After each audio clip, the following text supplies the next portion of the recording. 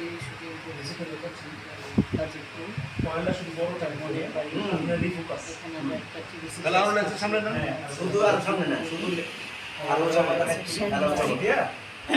শাহিন ভাই একটু হাই দিয়ে দাও।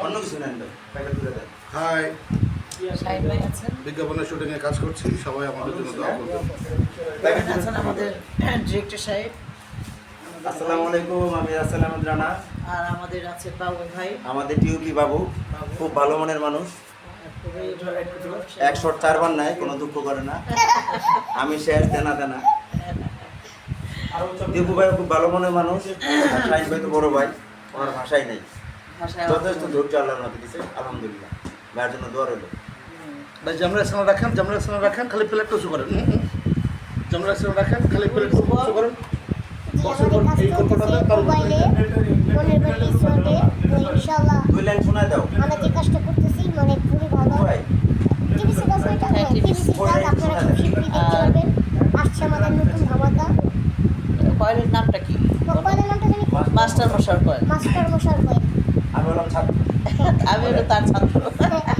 বলেন, আমি ডায়লগ দিচ্ছি না কেন, মাস্টার মশাই কইলে আমি হচ্ছে ছাত্র।